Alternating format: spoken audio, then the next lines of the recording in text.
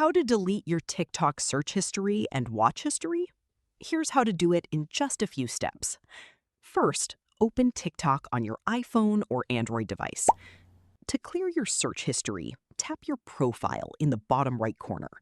Then tap the three-line menu in the top right and select Activity Center. Next, tap Search History. Here you'll see all your recent searches.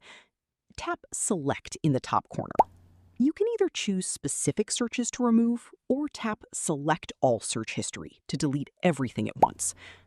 Once selected, tap Delete and confirm your choice. Now, to clear your watch history, go back to the Activity Center and select Watch History.